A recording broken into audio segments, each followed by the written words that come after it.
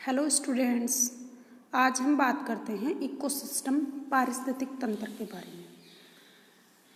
पारिस्थितिक तंत्र क्या होता है? जैसे हम देखें, किसी भी एरिया में ऐसा नहीं है कि वहाँ पे सिर्फ एक या दो प्लांट्स होते हैं, वहाँ पे बहुत सारे प्लांट्स होते हैं और साथ में वहाँ पे बहुत सारे जीव जंतु भी होते हैं, एनिमल्स भी होते हैं।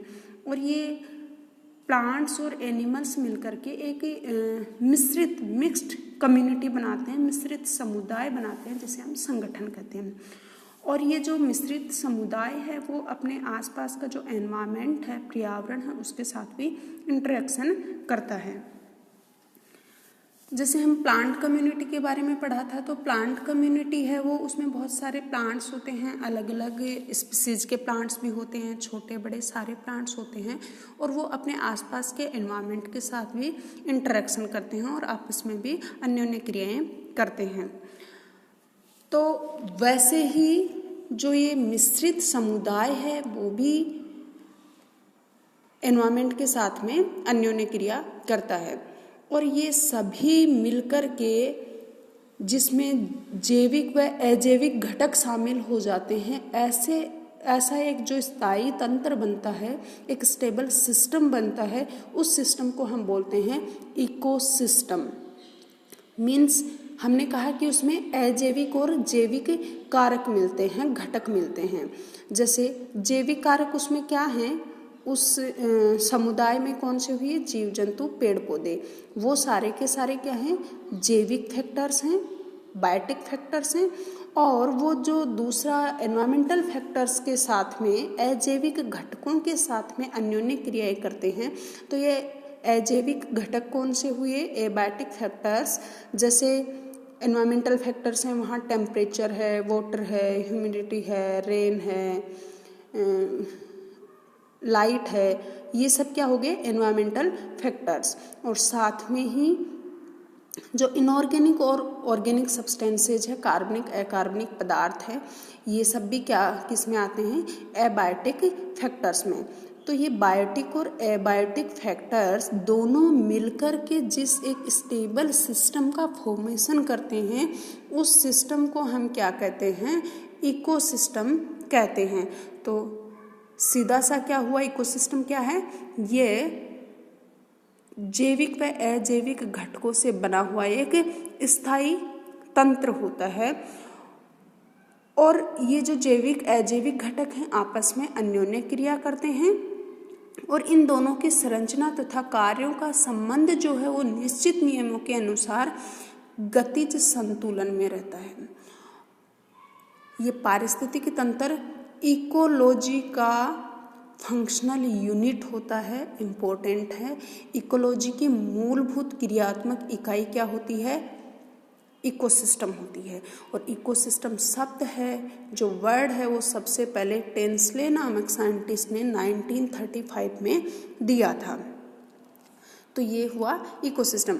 अब ओडम जो साइंटिस्ट थे, उन्होंने कहा कि ये इकोसिस्टम है वो एक आधारभूत इकाई है, फंडामेंटल यूनिट है, और इसमें जो बायोटिक और एबायोटिक जो फैक्टर्स हैं वो आपस में क्या करते हैं, इंटरेक्शन करते हैं, और ये एक दूसरे पर प्रभाव डाल करके इंटरेक्शन करते हैं।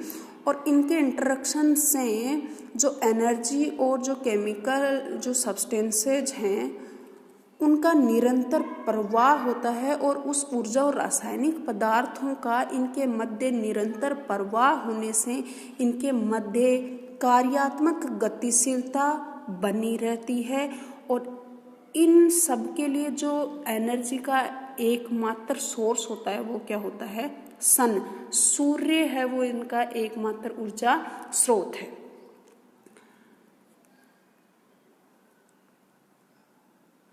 अब इकोसिस्टम या पारिस्थितिक तंत्र हम देखें तो ये देखें कि वो एक कितना बड़ा होता है, तो इसकी कोई लिमिट नहीं होती है। ये बहुत छोटा भी हो सकता है, बहुत बड़ा भी हो सकता है। जैसे हम एक कटोरी है, उसमें वाटर है, तो वो वाटर से भरी हुई है, उसको भी हम एक इकोसिस्टम मान सकते हैं। कोई गमला है मिट्टी से भरा हुआ है, उसको भी हम इकोसिस्टम मान सकते हैं। एक खेत है कोई, उसको भी हम इकोसिस्टम मान सकते हैं। एक कोई पूरा महासागर है, वो भी इकोसिस्टम हो सकता है। पूरा का पूरा एक वन है, फॉरेस्ट है, वो भी इकोसिस्टम हो सकता है। और हम पूरी ये जो अर्थ है, पूरी पृथ्वी है, उसको भी हम एक इकोसिस्टम मान सकते हैं। तो इकोसिस्टम की कोई लिमिट नहीं होती है, वो छोटा भी हो सकता है, बड़ा भी हो सकता है। ऐसे नहीं कह सकते कि ये इतना बड़ा इकोसिस्टम होना चाहिए। इकोसिस्टम हमने कहा कि बायोटिक और एबायोटिक फैक्टर से मिलकर बना हुआ होता है। अब इसके लिए दो घटक बोले हमने, एक बायोटिक कंपोनेंट्स और दूसरे एबायोटिक अजैविक घटक। अब जो ओडम साइंटिस्ट हैं उन्होंने इनको 6 कंपोनेंट्स में डिवाइड कर दिया। मीन्स जो बायोटिक और एबायोटिक हैं उन्हीं को देखें तो जैविक घटक में 3 कर दिए और 3 अजैविक घटक में। तो टोटल कंपोनेंट हम कहें 6 हैं, या फिर मुख्यतः मोटे मोटे तौर पे देखें तो 2 हो गए, अजैविक जैविक। अब जैविक घटक में 3 सब कंपोनेंट्स होते हैं। पहला है उत्पादक या प्रोड्यूसर, दूसरा उपभोक्ता या कंज्यूमर, और तीसरा माइक्रो कंज्यूमर या फिर डिकम्पोजर्स या सूक्ष्म उपभोक्ता या अपघटक। ये तो हो गए बायोटिक कंपोनेंट्स। और दूसरे इकोसिस्टम के जो एबायोटिक फैक्टर्स हैं उसमें क्या है कंपोनेंट्स में, पहला है इनऑर्गेनिक, दूसरा ऑर्गेनिक और तीसरा क्लाइमेटिक। तो ये 3 हो गए अजैविक घटक।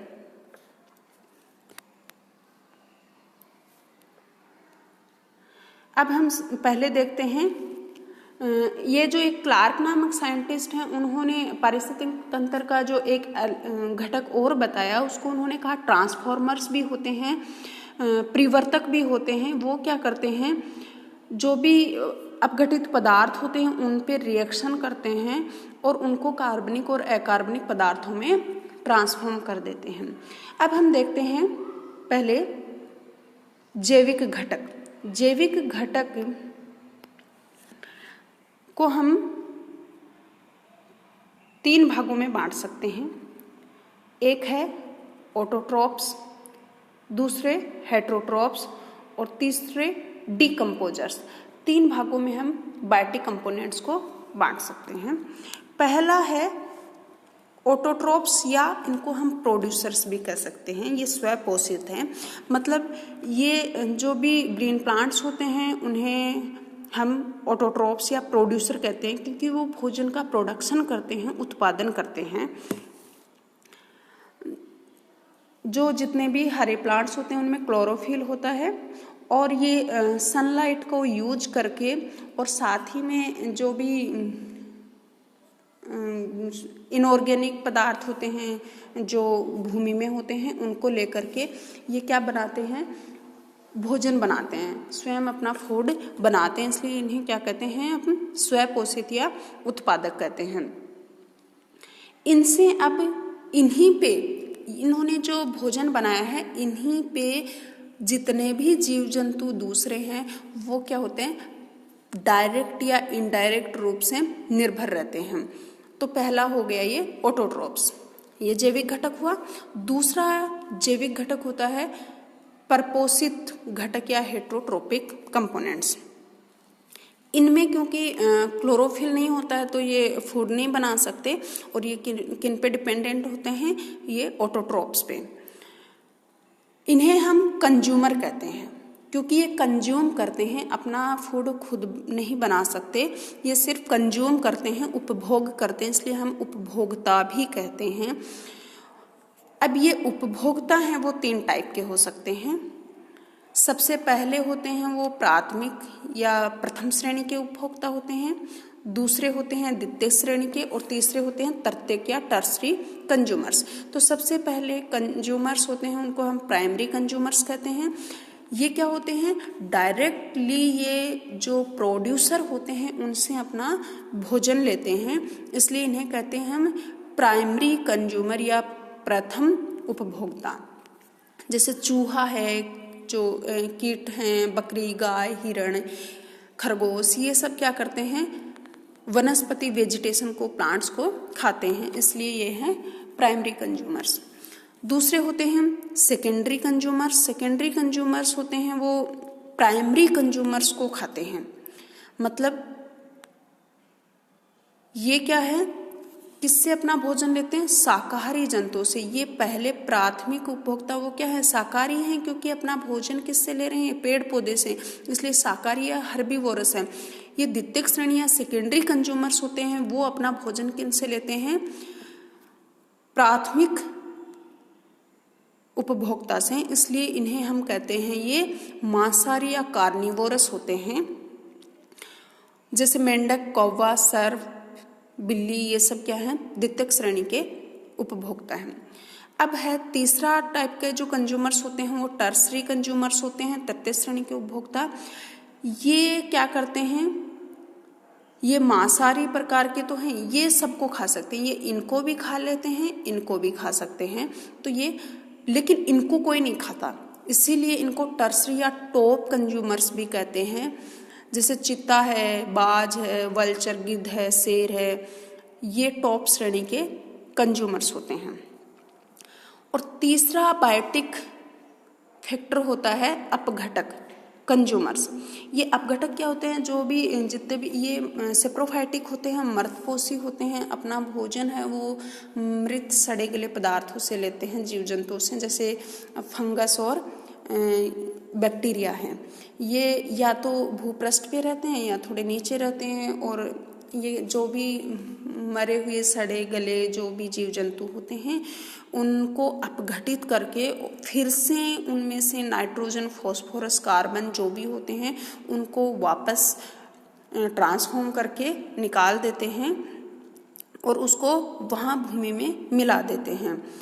तो इस प्रकार से इनकी वजह से पारिस्थितिक तंत्र का एक संचालन है वो संतुलित रूप से चलता है। अगर अपघटक या डिकम्पोजर्स नहीं होंगे तो पारिस्थितिक तंत्र का संतुलन नहीं बनेगा। तो पारिस्थितिक तंत्र के बैलेंस के लिए अपघटक का होना भी जरूरी है। अब यहाँ ये बताया है कि जो सनलाइट जो होती है, हमने कहा इकोसिस्टम के लिए एनर्जी का एकमात्र जो स्रोत है वो क्या है, सनलाइट है।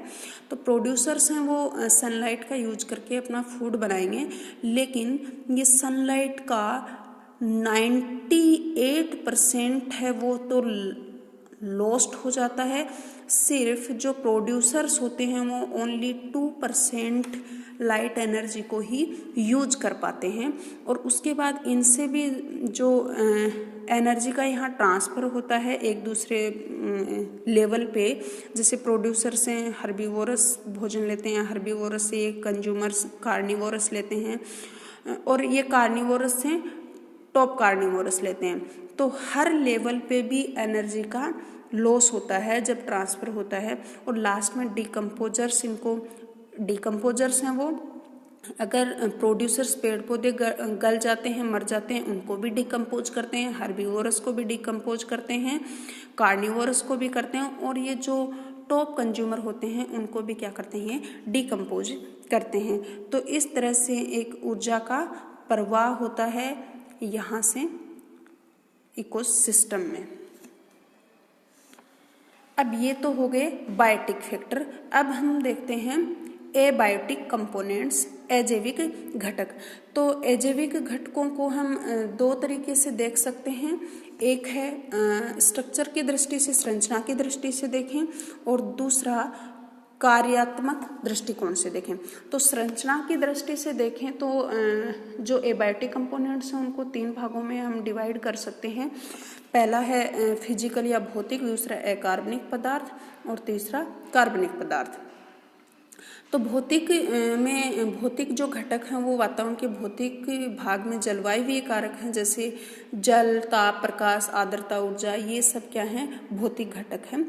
दूसरे अकार्बनिक पदार्थ हैं। तो अकार्बनिक पदार्थ हैं वो जीवन के लिए बहुत ही आवश्यक होते हैं, जैसे potassium, calcium, phosphorus, nitrogen, magnesium, और जो गैसेज भी हैं CO2 है, नाइट्रोजन है, ऑक्सीजन है,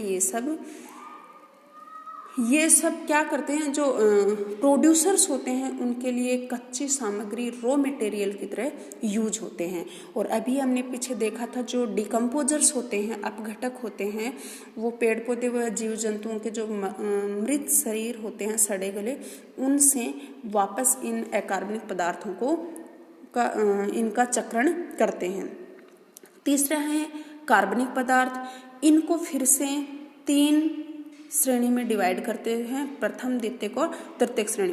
प्रथम श्रेणी में कौन से ऑर्गेनिक सब्सटेंसेज आते हैं, जैसे प्रोटीन, लिपिड, कार्बोहाइड्रेट, और दूसरे भी कार्बनिक यौगिक जैसे यूरिया है, ह्यूमस है, ये सब किस में आते हैं, ये प्रथम श्रेणी में। और ये इनऑर्गेनिक पदार्थों की भांति फ्रीली हमें मिलते हैं नेचर में, इसलिए ये हैं प्रथम श्रेणी के कार्बनिक पदार्थ। दूसरी श्रेणी में उन कार्बनिक पदार्थों को रखा है जो लिविंग सेल्स में होते हैं, जीवित कोशिकाओं में होते हैं, जैसे एटीपी।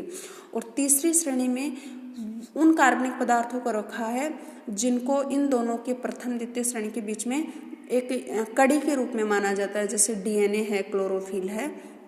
ये जीवित कोशिकाओं में भी होते हैं और बाहर भी रहते हैं, इसलिए इन दोनों को इनके बीच की कड़ी माना जाता है, इसलिए इसे तृतीय श्रेणी में रखा गया है। अब ये तो था संरचना की दृष्टि से अजैविक घटक, और अगर कार्य की दृष्टि से देखा जाए तो 2 प्रकार के अजैविक घटक होते हैं। पहला है मटेरियल्स पदार्थ और दूसरा ऊर्जा। तो मटेरियल्स में जैसे सॉइल है, जो भी वायुमंडलीय गैस हैं, खनिज लवण हैं ये, और एनर्जी में जैसे सनलाइट की जो एनर्जी है, केमिकल एनर्जी है, थर्मल एनर्जी है, ये सब। तो ये था हमारा इकोसिस्टम की स्ट्रक्चर। Thank you.